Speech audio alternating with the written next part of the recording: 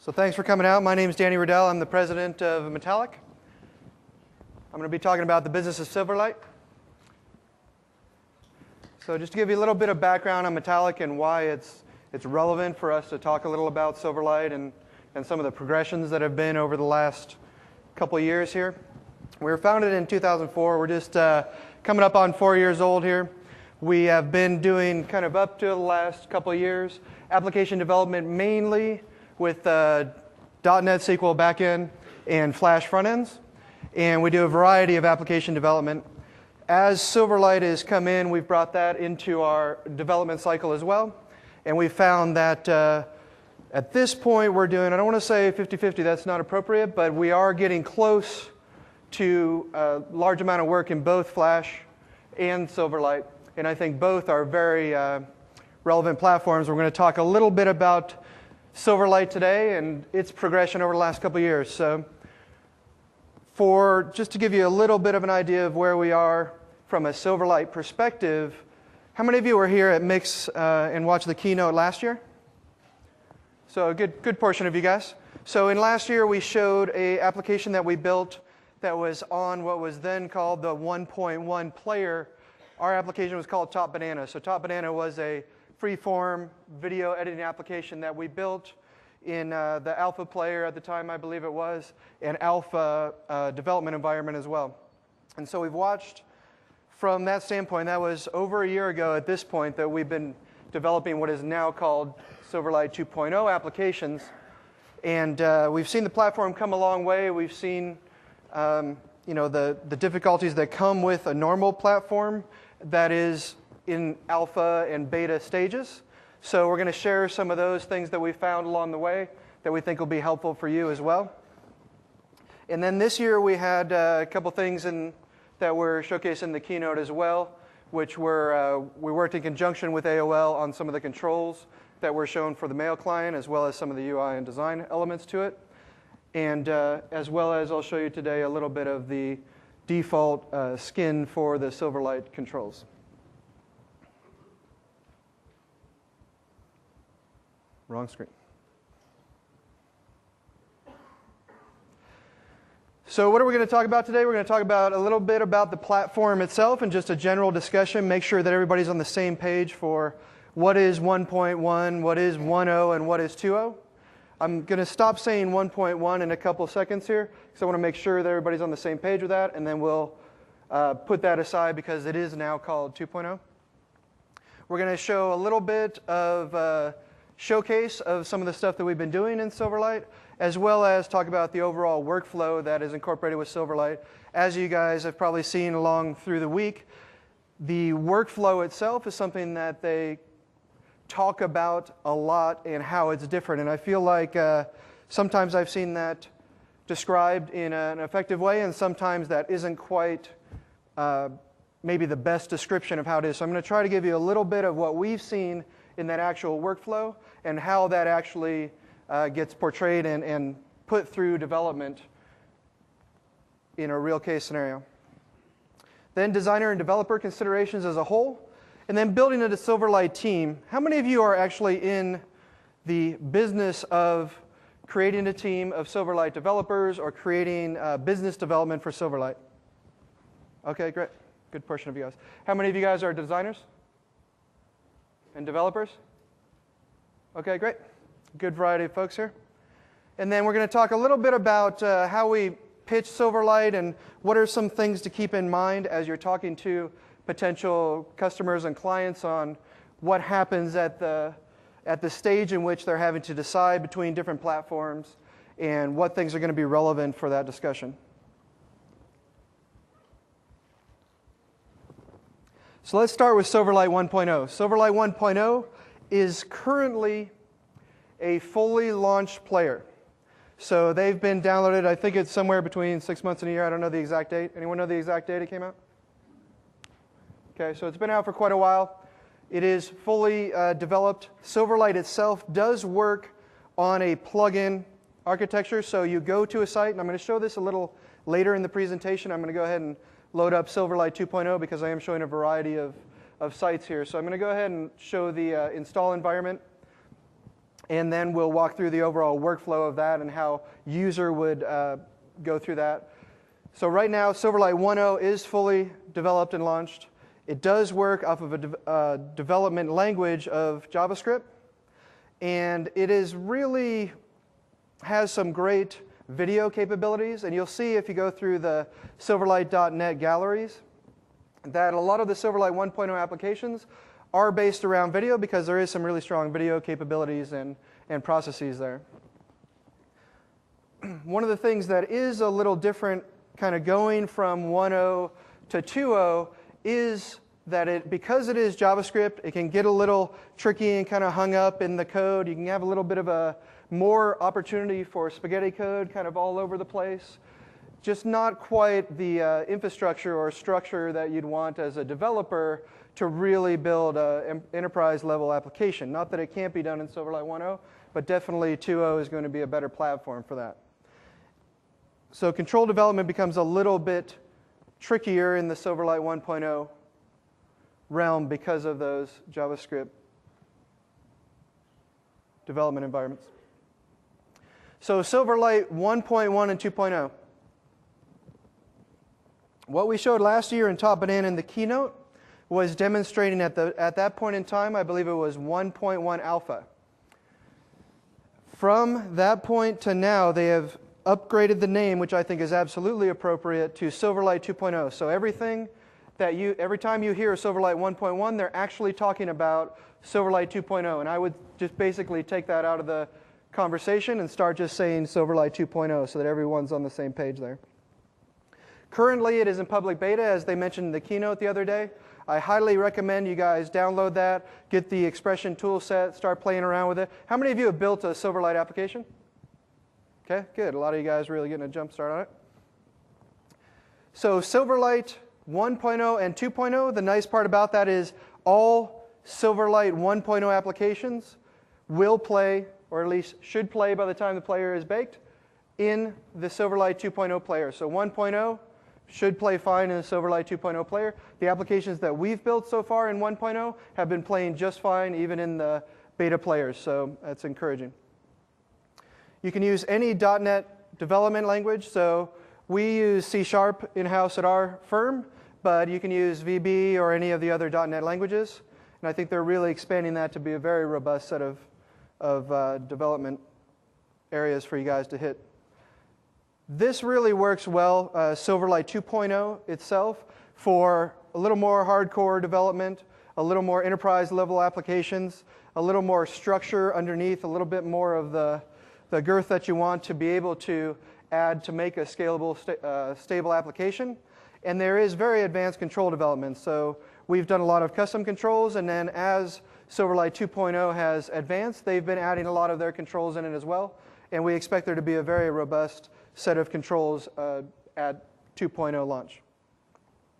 What you'll see today is I'm not going to talk much about the actual features of Silverlight. I think there is relevance to that, to the business scenario and pitching Silverlight, but what I'm going to try to do is actually present some of the applications, and I'd like you to pay attention to the types of things that we're doing in each of those applications so that you would kind of pull the feature sets out of those apps. Not that we have any, not that it's everything that you can do in Silverlight, it certainly isn't. There's a lot of capabilities I won't be showing, and a lot of capabilities that are still getting baked as the player gets baked. So why is there a good potential for the platform to exceed kind of long term? From an internal perspective, meaning kind of within your environment, the C# development community has been around for a long period of time. At this point, there are a lot of resources that you can go to, both from a tutorial and book standpoint as well as development resources. There's a very large community out there. What is very nice for Flash developers like us that have been ActionScript 3 developers is that C# is a very similar language. So it's very easy to port from ActionScript 3 over to C#. And I'm going to talk a little bit more about the ActionScript different languages and the numbers of the languages and how that would, what you want to consider as you're hiring new employees, because there is some differences there in the languages as the language has developed greatly over time. As we said, there's multiple development languages. There is a strong designer and developer workflow. And there is an affordable suite of tools. So the Expression Suite itself is somewhere in the $600 range and gives you a pretty complete set of tools. So just to continue on that in a more external standpoint, there are Windows media files everywhere, right? And one of the things that you'll hear me talk about later in the pitching Silverlight, from the pitching Silverlight perspective, is that there is a lot of potential for those big companies that have been considering Flash or that have been going through the conversion portion of Flash video, for them to be able to consider Silverlight as a more straightforward option for them, where they can utilize some of the video that they've used in the past and a lot of these big libraries that they've stored for years and years on end. This is something that I think is maybe ignored more than it should be, but if you really just look, and by the way, I don't work for Microsoft, I work for Metallic, right? So if you just look at the Microsoft Internet properties as a whole, if they decide overnight to flick the switch, that in itself is going to take a huge boost in the player penetration, in the usage of Silverlight as a whole. And I would assume that they don't plan to do that tomorrow there isn't going to be a switch that's going to be turned on. But where this is relevant is, as each of these properties start to turn Silverlight because of the internal initiatives, you will see that player penetration, the style, the designs, all of those kind of move forward for the platform as a whole. And I do think that because there are so many Microsoft properties, that in itself is something worth considering for the viability of the platform. Player download and installation. Pretty straightforward process. Inline installer, like you'll see later in the presentation. And then there's, just as a whole, there is room for multiple platforms. So we have a lot of interactive platforms. We have a lot of development platforms out there. There is plenty of work for everybody, and having more tools in the tool bucket is always a good thing. And the competition is good. I've watched, a lot of my background is in the 3D world, and I really watched Maya and 3D Studio Max go head to head, and each version they kind of took a little bit, borrowed a little bit from each other, and over time they kind of became a very integrated experience where you could port over to Maya or you could port over to 3D Studio Max very quickly and very easily, because the feature set was very similar, as well as the overall feel of what you were trying to do is similar. So I think from this perspective, the competition is going to be very good, and that there is multiple types of platforms out there, including Ajax and other development environments. You're going to see that is going to be nothing but a positive thing for us in the long run, because everyone's going to be pushing for the best.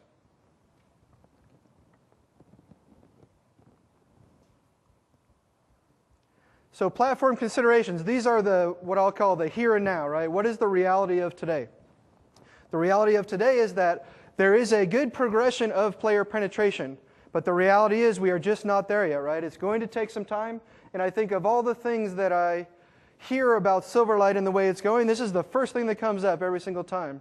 And I hope that today that I can show you that, although that is a major consideration for moving forward, that doesn't mean that the platform is not worthwhile right now to use and deploy with. What's going to happen with the final feature set is a little bit still to be determined, and I'm hopeful that all the things that they're telling us are going to be in there, because I think it's going to be a very stable platform. But really where that final feature set falls when they launch that 2.0 player will be a very important long-term perspective, and the timing in which they release that player is going to be very important. So something that I didn't talk about in the too much in the actual Silverlight 2.0 player discussion is that the player itself, right, just now launched Beta 1. Whenever they put a number before, that tells me there's probably going to be at least one more beta, maybe more. I would say that then, after that, obviously, you're going to get a final player, but that's not going to be tomorrow. So this, when you are developing for Silverlight 2.0, you have to be aware that there's still some player issues that you're going to have to look through, because it is still in development. It is still a platform that is maturing every day that we watch it. And you have to be aware of that, so that firms like us, we're going to be ready to go. The day that they flick that switch and put out the real player, we will have plenty of things ready to ship. But until that point, there is a development cycle that becomes not as streamlined as you would want it to be because you're still working in alpha and beta player scenarios. Long term, the differentiation between interactive platforms, other HTML style coding, as well as Silverlight itself, how they're differentiating the platform from those other platforms is going to be a very, very important thing. Anyone that's here at Microsoft, I'm asking that very importantly here. Make sure that we are differentiating ourselves both in what we do style-wise going to the internet so that people can see and feel that there is some differences in Silverlight that are great and can do very high-end interactive platforms, interactive applications. One of the things that I personally ask of you guys is that we make sure that everything is fully designed and fully developed before we put it out the door. A lot of us come from interactive backgrounds, and we've seen other platforms go through growing pains over time where people will kind of go down a route and just kind of copy each other and things of that nature. What my fear is for the platform long term, or let's say short term, is that all this great developer community that is out there just sticks with their development resources and they don't go out of their way to try to make sure that the platform itself is looking sharp and feeling good. And I think that is very important. That's what the platform is for, is to be able to extend and do really great interactive things as well as application development, right? But that, as I'll talk about later, that flair that you need or can utilize with the platform is a really important thing for the long-term viability of the thing as a whole. The designer tools themselves, where those are headed and the how much the designers will grab hold of that and run is still yet to be seen. And I think that there are long-term considerations for the platform that will rely a lot on that. And the designer portion that I just talked about is going to be important for the tool set. And then for anyone that's out there now, it is a new set of tools that you're going to have to learn, and it is a learning curve that is, for most of you guys, going to be pretty straightforward. As we talk through the hiring of developers and designers for the platform, you'll see that a lot of you guys already have the skill set. You just pour it over, learn a few new things, learn some animation styles, a little design, and you're good to go. So what is the platform as a whole? I'm sure you guys have seen this multiple times. Hoping that I'll describe it in a little more of a way that kind of compartmentalizes it, and we're going to talk a little bit about what we've seen personally at Metallic for the workflow and why we do think that is an improvement or is headed in the right direction. So right now we're looking at Expression Studio 2 available now on the website. You can go grab the whole set. We have Expression Studio is just kind of the base set of everything. It is the full grip of all of it. There's Expression Web.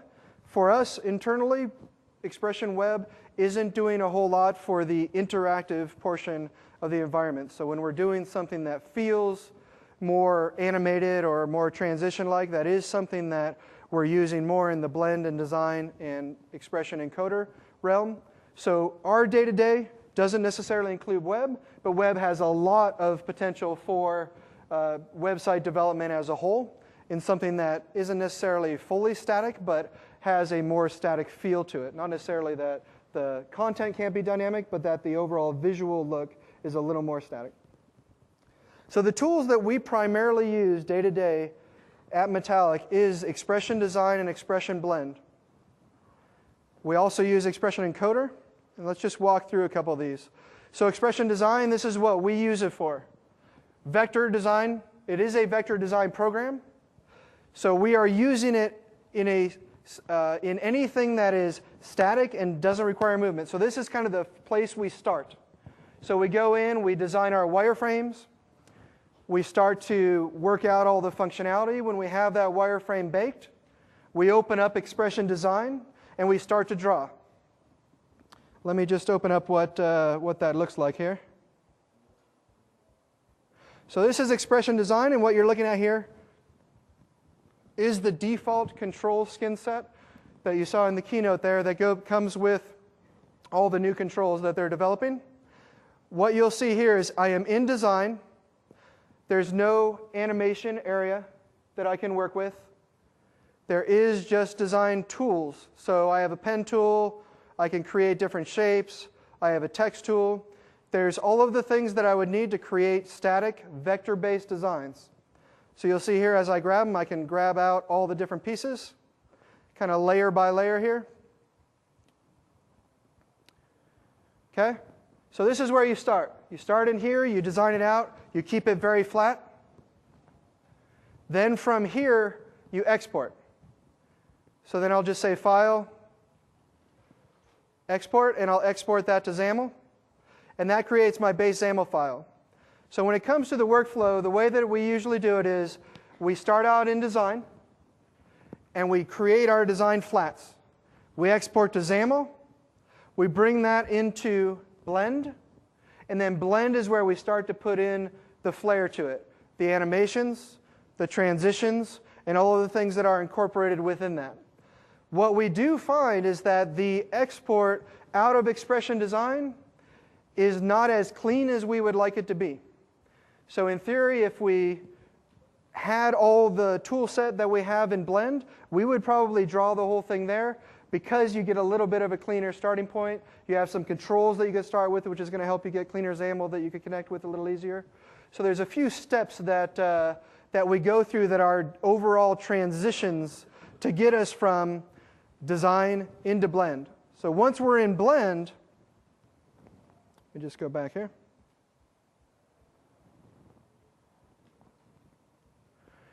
So once we're in Blend, we do the XAML cleanup, prep, file naming, grouping, things of that nature.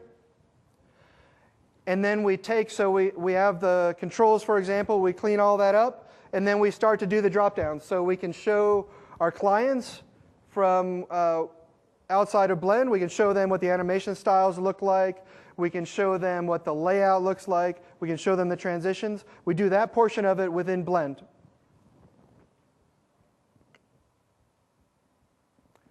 Another tool that we use is Expression Encoder. One of the important parts here, you'll see that I have two names up at the top. I believe it used to be Expression Media Encoder. And you'll see that I have Media versus Media Encoder. One of the things that's important to understand is that there are two applications there. There is Media, which is kind of your asset management program. You can open it and look for different things and kind of just work with all the assets that you have. And then there is Media Encoder, which is for video. So we use it for light video editing, video exports, and video overlays.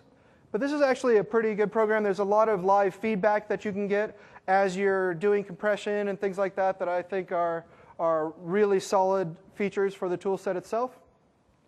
So we may have our video guy opening up Expression Encoder and doing all the video stuff. So he'll open his window media files or wherever the starting point is. He'll go in, he'll tweak the in and out points, he'll add an overlay, he'll export that back out into the format that whatever we want for Silverlight, and then we'll bring that into Visual Studio and tie that into the actual areas, or we'll just put it on the server for referencing in the code. So the other thing that they don't emphasize that much that I think is actually very important is that the suite itself does include Visual Studio, and it is a very important part of the tool set. Do designers need to work in Visual Studio? No, not really.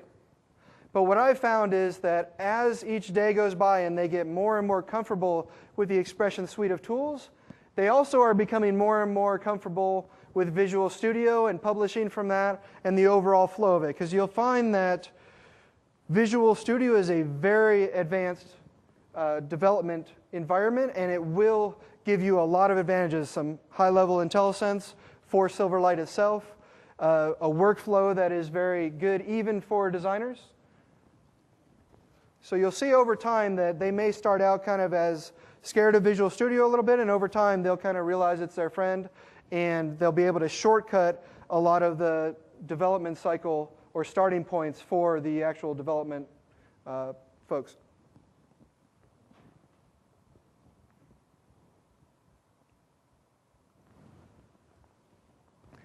So the designer and developer workflow, what does this really mean, right? What does it mean day to day? Why is it better? Let me walk you through a little bit of how our traditional workflow would go through. So we start out, we do our designs, We get them all the way to design flat.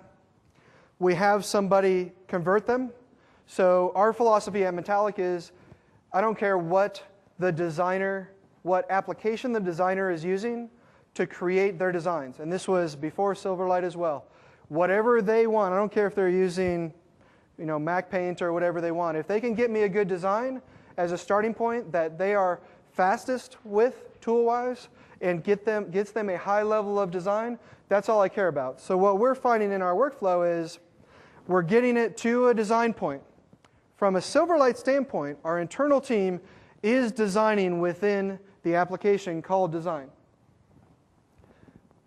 What is here as a capability for designers and is a very important part of kind of giving the designers a few starting points for introducing themselves to Silverlight is the fact that you can design elsewhere, right? If you wanted to design in Illustrator or Photoshop and that's where you guys are comfortable and you want to ease them into the tools so that you don't have this hardcore ramp stops area while they're getting up to speed and then you're cruising, that is perfectly fine. The way that we would approach that scenario is they would design it wherever they feel most comfortable. And for us right now is expression design. But you can then take that design flat and just convert it to the correct amount of the correct assets within expression design and then go through that export cycle. So they can learn the tool sets, and I think you'll find that they'll like them a lot. I found that our designers like the fact that they're very straightforward and made for that particular task, right? So they have what you need for the job, and they can streamline that in the overall process. And I found that our designers like that quite a bit. So as we go through this design, we now have it in design like I showed you. We export it to XAML. I'm sorry, I'm going to back up just a second. I was telling you our traditional workflow. Our traditional workflow is we create it in whatever they want. Photoshop, Illustrator, whatever the case may be. Flash. They then convert the assets into movie clips if we're doing Flash development. So they create all these movie clips, get it ready to go. Then they create a prototype within Flash or another environment. Then we pass it off to the developer. So during that process of design, the developers may be creating some stub code. They may be going through and setting some base architecture for the application. But generally speaking, there is a pattern that goes like this, and then our developers start about like this. So there is overlap, but that overlap between here and here is not very great. So we let the designers get most of the way there before we do anything, not anything code-wise, but before we start the integration process of the two. Because in the normal scenario, there is a process of that integration. So what we have is we have the designer go all the way to a beautiful prototype. So it has beautiful animations. It has beautiful transitions. It has all these different screens. But it's typically, we don't require our designers to be developers. It's just not part of the plan. We don't want them held up at all by feeling like they have to be as hardcore as our developers are. Our developers are good enough to do the job. Why make the designers do it? We want them to have a free-form development cycle. So as they're going through this cycle, we have this highly polished prototype that we're now passing to our client. As soon as that client approves it, we then take it, and the developers will typically tear that down. And I don't want to say start over. That would not be the reality. But I would say that they tear it down to maybe 50% of what it was, get the designer code out of there, get the extra keyframes, get any movie clips or whatever that scenario may be, and then they kind of build it back up. So as so that's passed off from the designer to the developer starts bringing it back to the quality of that prototype. One of the items that is not as ideal as we would like it to be in that scenario is that the developer at that standpoint, from that point on, is the controller of the design. And generally speaking, they just don't get it to the same detail level that the designer did, because the designer's been doing it forever. And he has all these little 15 layers of just glow, right? And the developers are going to have a rough time getting that back up. So they get it pretty close, and then we bring our designers back in near the end of the process, pass it back over to them, and then they clean it up, and then we get it, if all things go well, we get it all the way back to that original prototype and out the door in a very stable way. Is that clear? So then from that standpoint, when we're looking at a Silverlight workflow, here's a little bit of the differences. We start out in Expression Design or some other design program, get that flat into Expression Design, move that over to Blend. At that point, that designer can do the XAML cleanup, file naming, grouping, things like that. We have a little doc that we've created for all of our platforms that's kind of a production cycle. So we actually pass it off to production designers that just do that asset conversion, cleanup, kind of package it up, ready to go. As soon as we have that little bit of cleanup going, we're able to then work a parallel platform or a parallel pattern. My designer can then continue to work in Blend to do animations, to continue to tweak the design itself in Vector, while the programmer or engineer is continuing to build out the entire application. So what happens is he opens the XAML, the developer opens the XAML, and he can just start referencing that XAML. So he can say, okay, he called his button or whatever, and then they just start referencing it. And then as long as that designer is not messing with the way that it was originally set up, that pattern starts going like this. So our original workflow, which is a just fine workflow for the platform, goes kind of straight across, starts to overlap, and then it kind of goes over to engineering, and then back to design. So it's kind of in one hand and then the other. There is overlap, but not right from the beginning to the very end. In the Silverlight workflow, we are finding that we can bring the engineers in a little earlier, and we can keep the designers in longer because they start this cycle, right? They start passing it back and forth, or if they didn't change too much other than colors and references and position and things like that, they can just keep going back and forth. And that cycle means to us that the developers are doing less of the design, and the designers are doing a little bit less of the development. Although I will say that from a platform perspective, Silverlight tends to require a little bit more programming knowledge from the designers, or at least a desire that it will bring you much further as you gain some of that knowledge. So I hope that makes a little bit of sense, or how that workflow meant to us and why the workflow enhancements are a reality for us. Right? Overall, they do one of two things. They either shorten the development cycle a bit, or they make the designs, the time that we're spending at the end of that in those designs, bringing that design to a much more polished standpoint.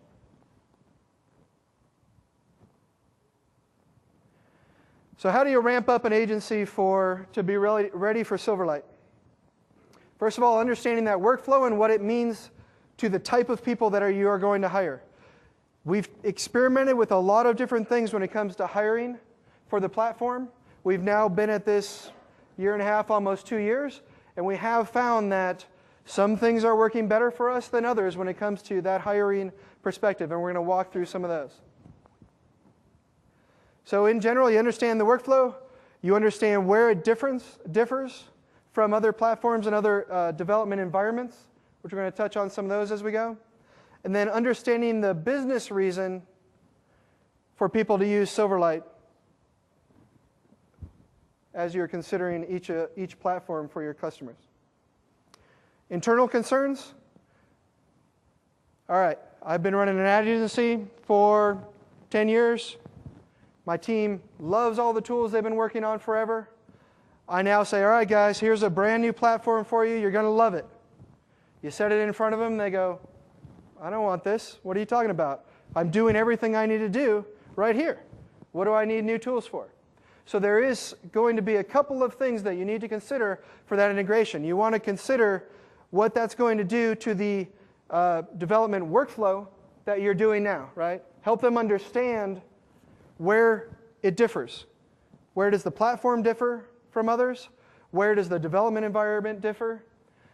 why is it okay and easy for them to get across? Because we really have found that most areas of development, whether you guys were doing Ajax and ASP.NET sites, or whether you're doing Flash and other sites, the path that you get to Silverlight isn't that bad. I mean, it's really much easier than it seems. So the designer-developer integration and how you're going to portray that to the team is very important. And having them understand, like the designers understanding that you can go in and use some of the tools that you like and still get to the same result is good starting points for them. You can introduce them to some of the applications that are out there now that are very high level and polished animation-wise and application development-wise. And then just the learning curve of adding new skills to your area and learning those new applications are concerns that you're going to have to face right off the bat. So staffing considerations. So I've broken this up into when I'm trying to staff for Silverlight, I may be an interactive development firm that has Flash developers and designers, or Ajax. I may be an Ajax firm. I may be a .NET C# focus. So each of these have different considerations as you're building out a Silverlight team. And of course, the type of firm that you were before Silverlight is a major portion of how this goes integration-wise in the hiring standpoint.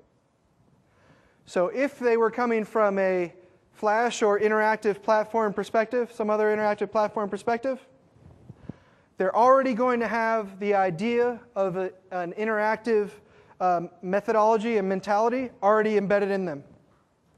Working with animations, they'll develop a specific style. They'll understand that it doesn't always have to be flat, that there is possibilities of 3 dimensions or depth or animation styles that they haven't seen in the past. So they already have that understanding.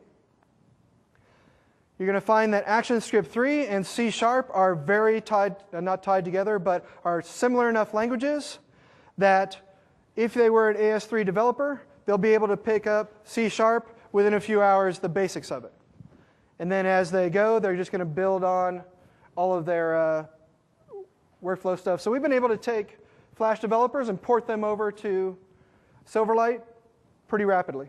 If they are ActionScript 3 is the easiest path. So ActionScript 2 is a little different. So ActionScript 2 is still a fairly straightforward transition, but is going to be a little harder. So as you've got somebody there that you're going to hire that is a Flash developer, I think there is a major consideration to be made whether they are ActionScript 3 developers or ActionScript 2 developers. ActionScript 3, you are not going to have any trouble porting them over to Silverlight. ActionScript 2, you won't have any trouble overall. It'll just take a little longer, and you need to be aware of that. ActionScript 1 or early on Flash stuff is going to be quite a leap, right?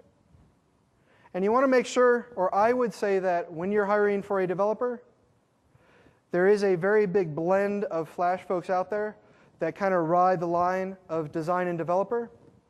I have found very few people in the past that were extremely advanced programming-wise as they were in Flash, as they were design-wise. So as you're hiring those folks, you'll want to watch that pattern in their background that says that they are Flash developers, and as they go, they're going to be able to port to that pretty quickly. Then Flex and MXML and the Silverlight XAML workflow are somewhat parallel and work together. The transition is very graceful. A lot of the same methodologies, a lot of the way layout management works, things like that. Pretty straightforward transition.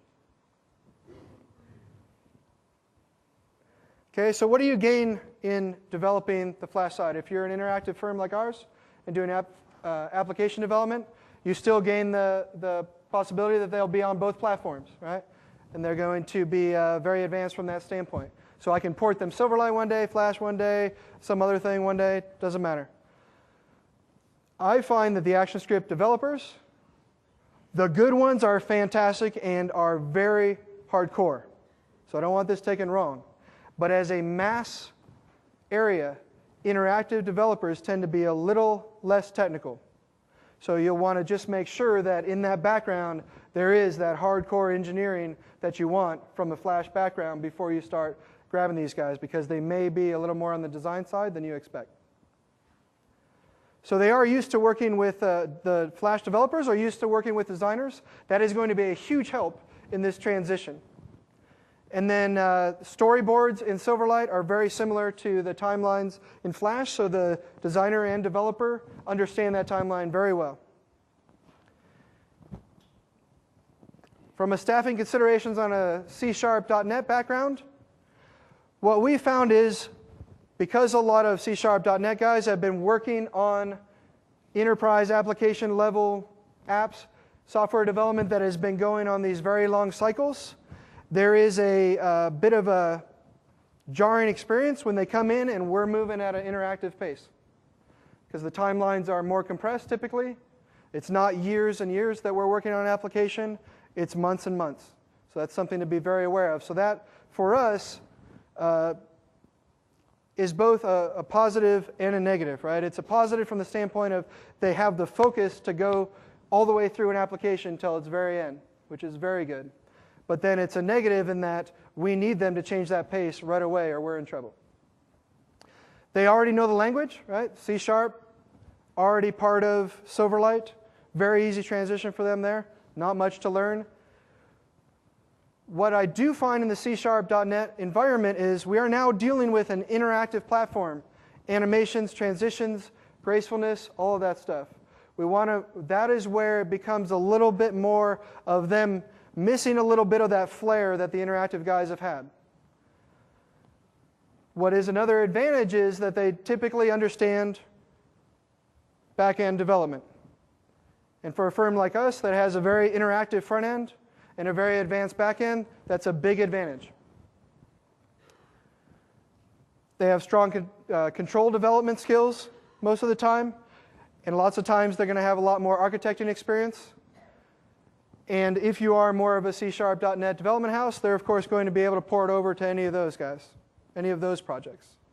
So where this is good for us is we find that if you take C#.NET developers and you kind of stick them a little bit under the scenes, they're building out the architecture, they're building out the framework that we want, they're making sure that everything there is solid. Then we're bringing that interactive developer kind of on a layer above them, and they're adding the style to it, they're doing the tie-ins, back end to front end sometimes, and they're creating that flair on top of it. So the combination of the two people can often get you a very advanced application that has the style and the stability. And then Ajax developers, I'm not an Ajax developer myself, so I don't have that many bullet points here. But from an Ajax standpoint, they would have no problem whatsoever going from Ajax to Silverlight 1.0 because it is already JavaScript. And I'm sure because they understand a little bit of that interactivity and a little bit of that hardcore development, that porting them over to Silverlight 2 would not be any particular issue at all.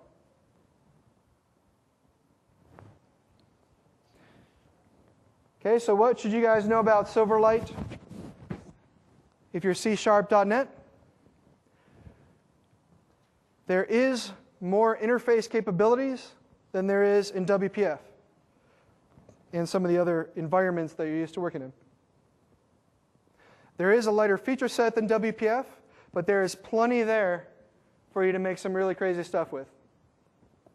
C# in a browser? Absolutely worth it. I'm really anxious to see what everybody's going to do over the next year or two. I think we're going to have some crazy applications out there. Absolutely, you have to learn what's not there, right? And I think for our developers that were C#.NET beforehand, that was their biggest challenge, was moving from WPF to Silverlight and knowing what's not there, right? What am I going to stumble on? What's still in development? A lot of the controls are being ported, and they're working on a lot of the same control model that WPF was set up on, but it's not all the way there yet, right? It's still in development. So there's a lot of learning curve for moving from WPF to Silverlight, not necessarily in the style that you code, but in what features you're going to be missing. You have to learn about animation and timeline. Right? You're going to have to understand a little of how that works to create the type of application that I would hope that we would create with this, which is a high style to it, nice transitions, nice animations, hardcore behind the scenes, stable, all of those. You're going to have to learn a little bit of how mouse event-driven interactivity works and what that means for the overall cycle of how you set up your projects. Right now it's still in beta, and the layout and control set is fairly new, so you're going to have some stumbling and learning curves there. Okay, what should Flash developers and designers know about Silverlight? The design workflow is nearly identical in 1.0 and 2.0. So I design and design, and I can do everything that I did for 1.0 and pretty much use it for 2.0 projects. Visual Studio, as I said, some of the designers, as they picked it up, have really started to grab hold of it and really love it as an application development area. You're going to have to understand that there are multiple timelines, which is quite jarring for initially for Flash folks. And then it's just a little bit different paradigm from movie clips. Oops, sorry. Okay, the designer development workflow. There is a new platform, which means new workarounds.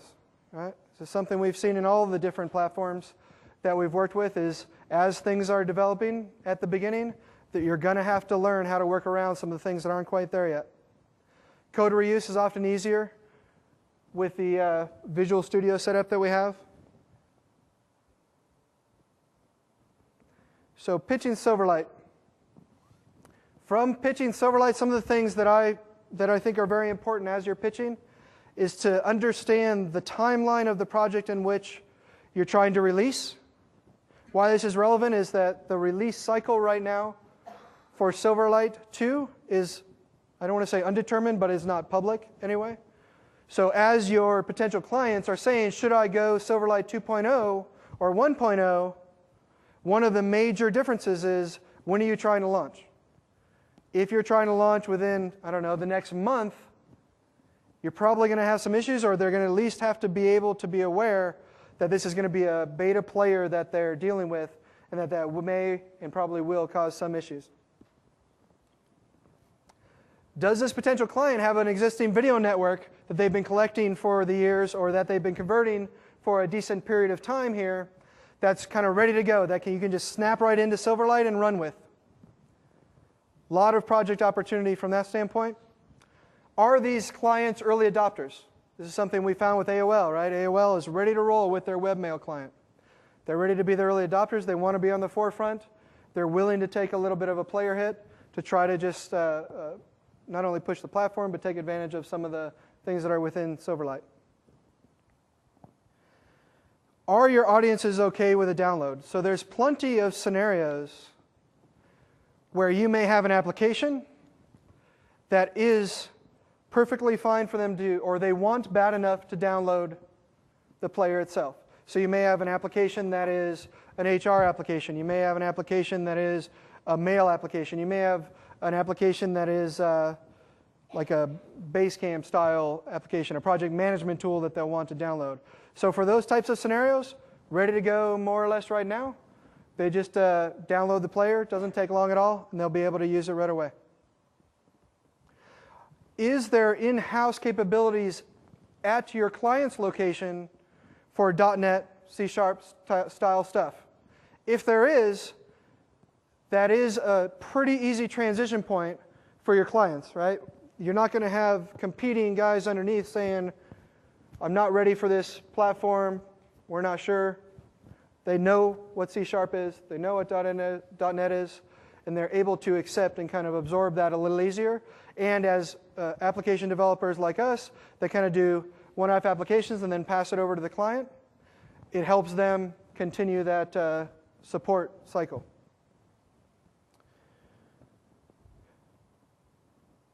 .1 versus 2.0 when it comes to pitching it, maintainability of code, control development, both major considerations for whether you're going 1.0 or 2.0.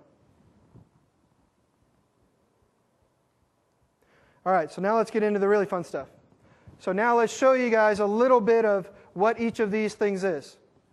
Right now I'm going to show you a few examples that are Silverlight 1.0.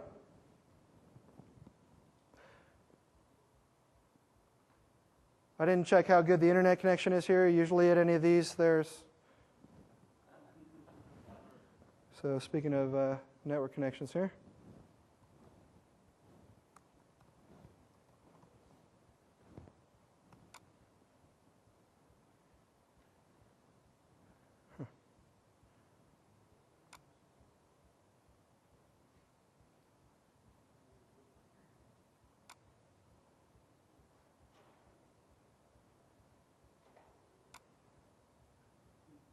Anybody? Anybody?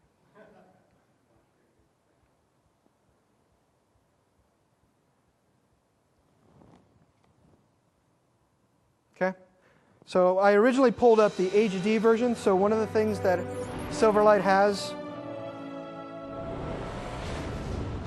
that is great is the capability to do standard definition and HD. You can also do a full screen environment. So this again is standard definition. Not sure what was going on with the HD one right at the moment. So full viewing experience, full screen. This is Silverlight 1.0 again. We can pull a little video carousel here. Watch some of the other videos. Very fast loading.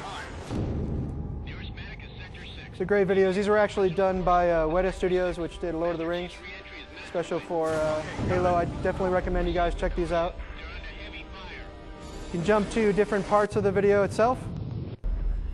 See, I'm getting that pretty rapid jump through. And just for luck's sake, I'll try one more time. Of course not. Okay, so that was a little of what Silverlight 1.0, some standard video example. Really solid there, I think, both visually and technically. Here we have what's called ComView Livecast.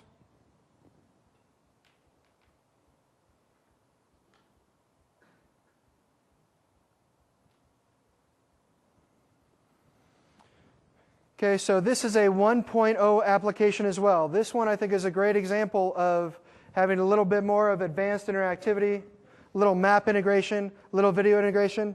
So what ComView does is they have technologies that you can grab on your mobile device, go out there and shoot video on the fly, ports it over to their server, and maps to your GPS location. So you can see we have an interactive map here that we can pull around. We're getting good performance out of that. We can pull out the player here. We have Main Street camera. So right now this is not moving, so we have the green dot sitting in the GPS right where it's supposed to be. And then we have the live video cam. It's just a couple of people walking here, so it is playing. It's a little hard to see. This can be drug around as well.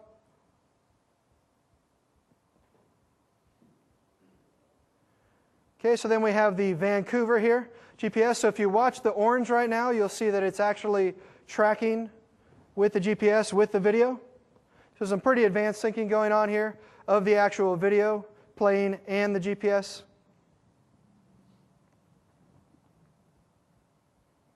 And still maneuver this around.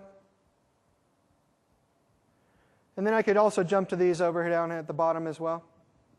So what the idea is here is you'd have all of the feature live casts. Some of these would be live at the particular moment. Kyle Taylor pumped that. You'd be able to switch in between. Be able to map those two locations. So what they've done in the past is they've taken segues, wrapped on some video webcams, run them around the city, had some GPS devices on them, and you could follow every one of them going around the city, watching all the different video and syncing together.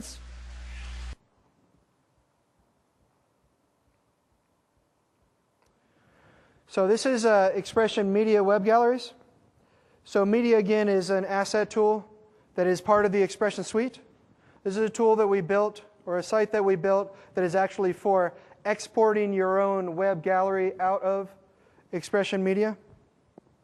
So this one I'm going to go ahead and pull up Visual Studio so you can see a little what this looks like. So this is Video Studio. I know most of you are very, very familiar with it. But you have your general toolbar on this side. You have your solution over here that has all your solution to Explorer, which has all of your base files. And then here I've just opened a XAML file so that you guys can see a little bit of what this looks like. So in XAML here, you can see that we have a gradient brush, rectangle, canvas. Pretty straightforward. So this would be more or less what your export would look like out of Blend or Design. Straightforward to look at, straightforward to tie into. You have all of your standard code behind files. And let me see if I can launch from here.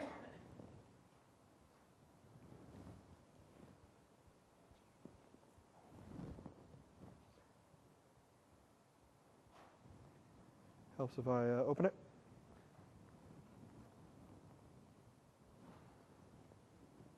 Okay. So I had all of my assets sitting in a folder. I exported out of Expression Media. Said I wanted a web gallery. Again, we're still in Silverlight 1.0 world. You can see I can have nice little rollovers here.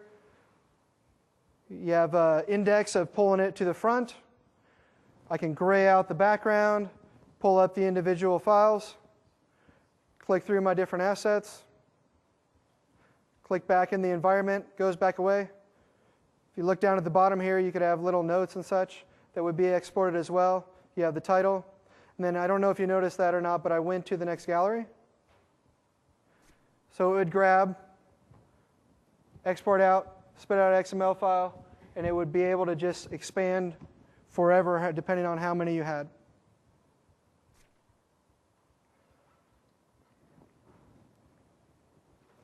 Okay, you can also straighten them up. Maybe I don't want scatter. Maybe I want it. Want it, don't want it. Want it, don't want it. Okay. So that's a little bit of Silverlight 1.0. Now let's get into Silverlight 2.0. What I'm going to show here is actually an application that was built originally in Flash and has been deployed for a long time and runs beautifully in Flash. Great application. It's called, it's done in conjunction, us and MRM. It's called Defy All Challenges. Defy All Challenges was originally a Flash site that was pitching some of the Visual Studio stuff. Now that Silverlight is available, they wanted to port that over. Bear with me one second here.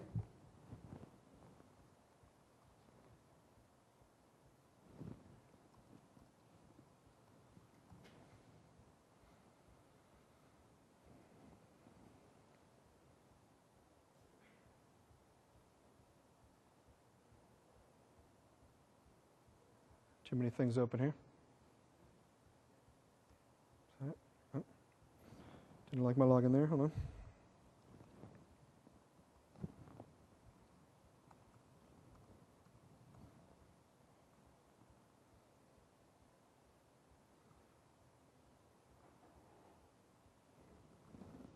Okay, so let me just get it full screen here. So now we're in Silverlight 2.0 world. This is beta. I'm actually still on the alpha player at this particular moment, but this is a 2.0 application. Oh, hello there. You can see you can do the advanced animations. Have a little 3D character here that's running around. This is not true 3D. Shangri-La. The video playing in the background. Things to see here. Use these to navigate, and this thing over here will send you. So you have some of the advanced animations. But I can jump over, have an interactive background. Pretty advanced playback.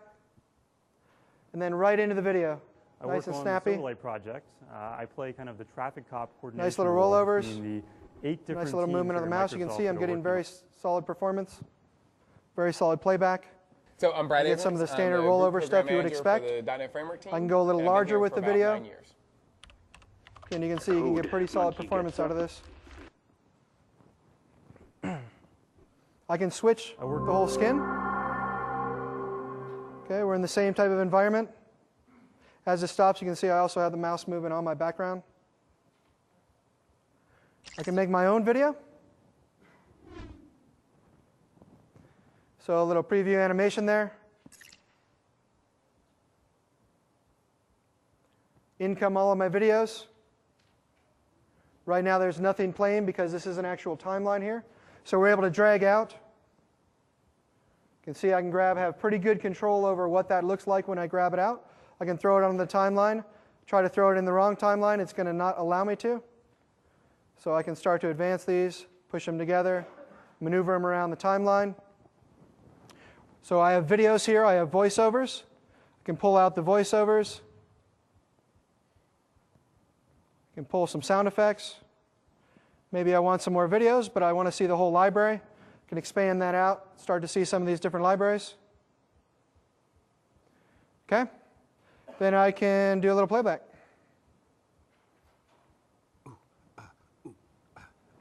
I think I have my sound on correctly here. Okay, so you can do a full video sound playback. You can view and vote on the different items. So it's going to play over to the view and vote area. So you create yours, you save it. It does all the data stuff behind the scenes that it needs to. And then there's this little viewing area where you can click through. Not all of these ones have sound on them. Yeah. Isn't he the guy who thinks that Bigfoot So here's one with lives in sound. his So this head? is people editing their Carter, videos you're the man. and doing a general playback. Oh, he cuts through all the mumbo jumbo and stuff, huh? Oh, sometimes I wear a shirt around the... He's been pounding it all week. Okay. And at any point in time, I can swap over to another environment. So you can see you can get some pretty graceful animations, some pretty solid stuff, advanced development behind the scenes. This is one that we did for Akamai that's called the Media Player Framework. The player itself is meant to be very straightforward. What the player is an example of Silverlight 2.0 video players.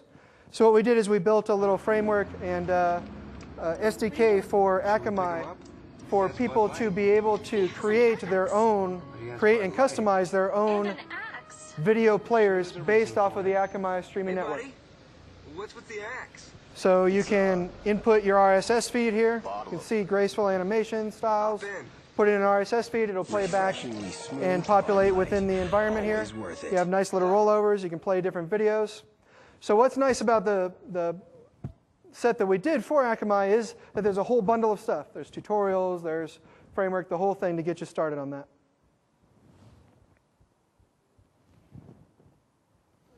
Okay, Top Banana. How many of you remember Top Banana? Oh, good. This will be fairly fresh for a lot of you guys. That's great. So back to my mastery of finding the projects. So I'm just launching this locally, so it's going to ask me to do some stuff. Okay, so this is Top Banana. If you didn't see it, this was shown in the keynote last year. What this is a free-form video editing application. You can see as I roll over here, I can have video playback in place. Then I can pull these out, very free-form, very good performance. Drop it out here. I can play it back. There's no audio on this particular one. I can say I want it to start from here and play through there. I can pull out this guy. As I get close, you can see you can have nice gradations. I have some transparency there in design. I have playback that I can enhance, and I can snap them together. So now I've created a little stack. I can say I want this. I can edit them, and now I can play them back. I went a little quick on that one. You can see right here there's a little preview. So I can pull out a few different stacks. Let me just create a little set here. Then I'm going to say preview, and it grabs all those and plays them back as if it was on one timeline. So you'll see as I play it, it plays the first video, then it takes the edits and plays the next, then it takes my edits and plays the next, and plays back, no problem, no weird frames in between, nothing really happening there that's of issue. I can also search here. So I can search for metallic, very quick and responsive search area.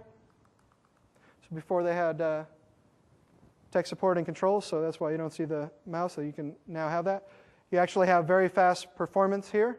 I can scale them down and say, okay, I want to save that one, but I want to work in a new location. Okay? So a lot of video stuff there. I can throw these away as well. So that's a little of Top Banana. That's a Silverlight 2.0 application that was originally built in Silverlight 1.1 alpha over a year ago. This is one we're building. This is a great example that is still in production. Some of these, because it's Silverlight 2.0, are still in production.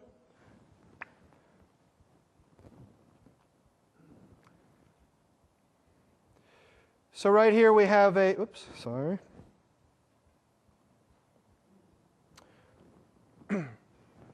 We have a playback. This is actually utilizing Silverlight streaming. So Silverlight streaming is a Microsoft platform that allows you to stream Silverlight video. I think you get something like 4 gigs or so free to utilize as you'd like. It's not quite centered right here, so let me just kick it out. Not quite the right resolution. Okay, so you can roll over here. So we are still playing that large video in the background.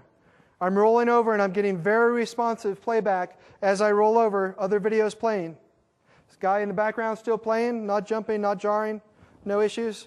I click on that, I go in, I start to get another video there, and then I've wrapped around, I don't know, another 8 or 12 videos, something like that.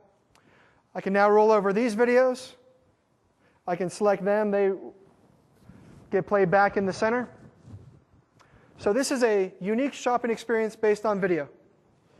So you start to look at the pants that you like. It's kind of like a video commercial of each of your outfits.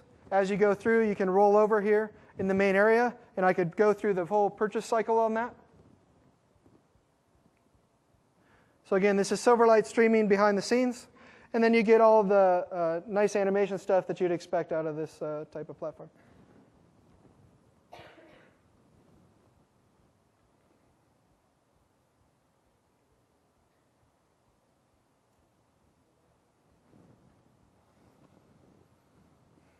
Sorry. So control skins, this was all designed in design. I pulled it up a little earlier. That was the actual design file that we started with. Zune here, another scenario where we built in another possibility for business development is the idea of the period of time in which there's transition for some of the Microsoft properties that are doing both. So in this case, we did a Flash version and a Silverlight version. So I'll show you the Silverlight version here.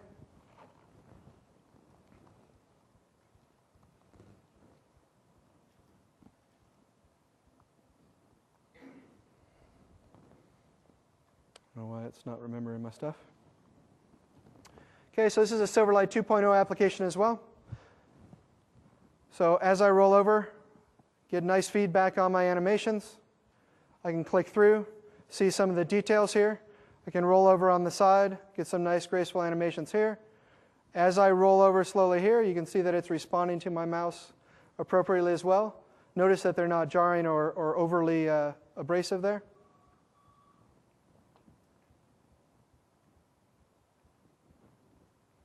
Okay, so this brings me to what is internally called Rough Cut Editor. This is an application that we're building for one of the Microsoft groups called IMM.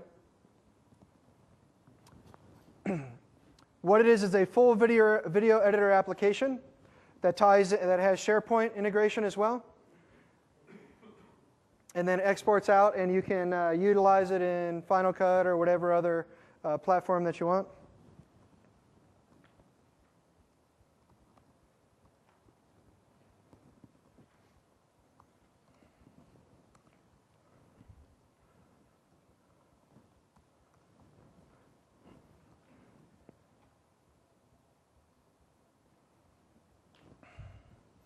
Okay, so this I'm going to show you the actual install process. So this application is built in Silverlight 2.0 Beta 1, which is the one that was just launched yesterday.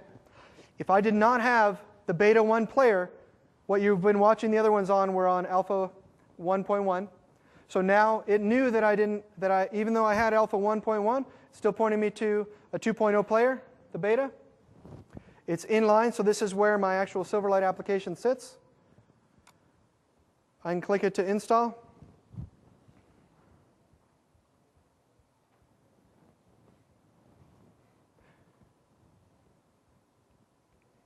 Okay, speedy download.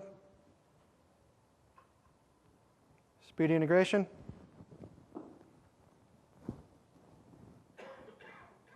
And I'm done.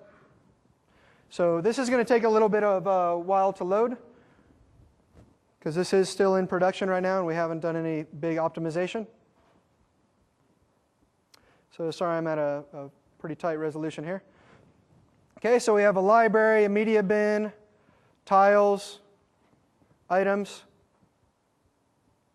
Okay, so in my media bin, I can roll over, I can do some in and out point editing right in that media bin, or excuse me, right in the library itself. Or I can go over here to the media bin. These look black, but they're actually just a first frame black in the video. A couple of the nice things that we can do, we've built a custom control here that is a little slider. You can see the type of fast feedback that we can get in the scaling up and down of the bin itself. I can now drag these out onto the timeline, play them back. Let's say I did want this guy here to go in and edit that in and out point here. Then I'll drag him out as well, and you can see that he's nice and short because I edited his in and out point in the bin. I can also say I don't want movies anymore, I just want stills and audio. Or I could say I just want audio, and it'll narrow it down to the audio only. And then I can, of course, play back. So I'll go over here and play back my video. So a couple of the things to notice here is, one, we're doing advanced video editing, right? Full capabilities. There's data coming in from SharePoint and other services behind the scenes. We're getting full video playback. We're getting constraints for where it's landing on the timeline. If it's not in the right place, it doesn't fall. It goes and disappears. So we're able to do all the things that we would expect out of this type of application. And we're able to do it pretty rapidly here. One of my favorite parts of this application is over here in the corner. You can click the comments area. As I open this up, so as I'm editing, somebody else is working on this application as well. I want to give them a little feedback, tell them what I did for the day. I can go in here and comment, and then along the timeline here, I can actually jump through all of those different comments. So I'll go over to the comments tab here. As I click this little arrow, it goes to the next comment. Next comment, you'll see the little line at the bottom as well. So I'm able to tell it the starting point and the end point, how long I want the comment to sit there before it disappears. I can have multiple comments going at once. And then I get a very dynamic playback, and you can see it's nice and speedy, nice animation with it as well. And then I'll close that out. And that is Silverlight 2.0. One other thing to just do a quick discussion on. Has anyone seen this application? This is a WPF application that we built. That's a snowboard application. The reason that I have it in here is I wanted to talk about a couple of the things that are very difference-oriented areas of Silverlight and WPF. One, real 3D. So in that WPF application, there is real 3D that we're actually able to grab and manipulate around the scene itself. WPF, as most of you know, is a desktop application platform, where Silverlight is a web-based application platform.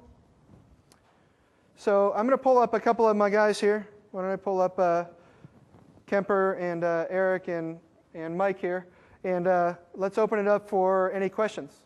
Thank you so much for your time. I hope that you guys grabbed a little bit of the differences of Silverlight and the different platform. Thank you very much.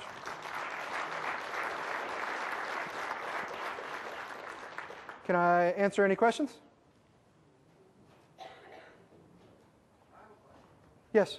You mentioned about the loading times, that it was somewhat slow because it's still in development, you haven't optimized it yet. Right. What are you doing to optimize? It's not really the loading time. It's more of the application loading time, not necessarily the video. Right, so we tend to rough in things as quickly as we can to give us basic feedback, so we're not paying attention to the way that we're coding for optimizing speed-wise. And I'll let Jeremy elaborate on that. So a couple of things you can do is setting the size that your videos are encoded at. So you can have several sets of files on your server, some that are very low resolution, small size, they download very quickly, and then others that are maybe HD, nice quality videos. And then depending on, you can kind of determine the bandwidth and things like that, and control loading those ones that load in very quickly first, and then pulling down some of the heavier ones as the user sits and the cycles are available. Does that make sense? Okay. Any other questions? Yes. I think there's a mic right there. I don't know if it's on or not, but.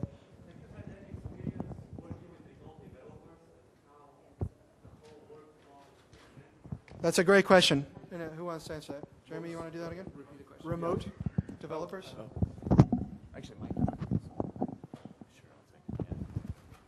I mean, I think that brings up a couple of different things. I mean, most importantly, it's just kind of source control issues around having remote developers. But I think that Danny's comments around just the tighter integration in the whole XAML process with using design and blend and so forth, and C# as the native code language really actually facilitates that kind of a relationship. Where the problem we've had in the past with the beautiful prototype scenario is that when you hand it off to someone remote, that it gets even harder to bring it back to that state where it was in the prototype at the very end of the process. So I think there is a tighter integration there that actually can work for the remote scenario as well. So other questions? Any other questions? I think we just have a couple minutes left here. All right, thank you very much, guys. Oh, one more question. Or we can come up. I don't know if you're able to, but can you say something about the cost of developers, engineers, designers, and everybody in between? Right. Maybe how that's, if that's changing? Yeah, I think from a cost standpoint, I think what we found is, the interactive developers are costing us about the same as they would in other platforms. And then what we're finding is because we're oftentimes looking for kind of a hardcore architect that's more in the C# .NET area, we're finding that those are costing us a little more than we would expect, and they're a little less willing to go towards the new platform because they've been very comfortable in the long development cycles and the stability that they've had in their software development. Does that answer your question? Thank you very much.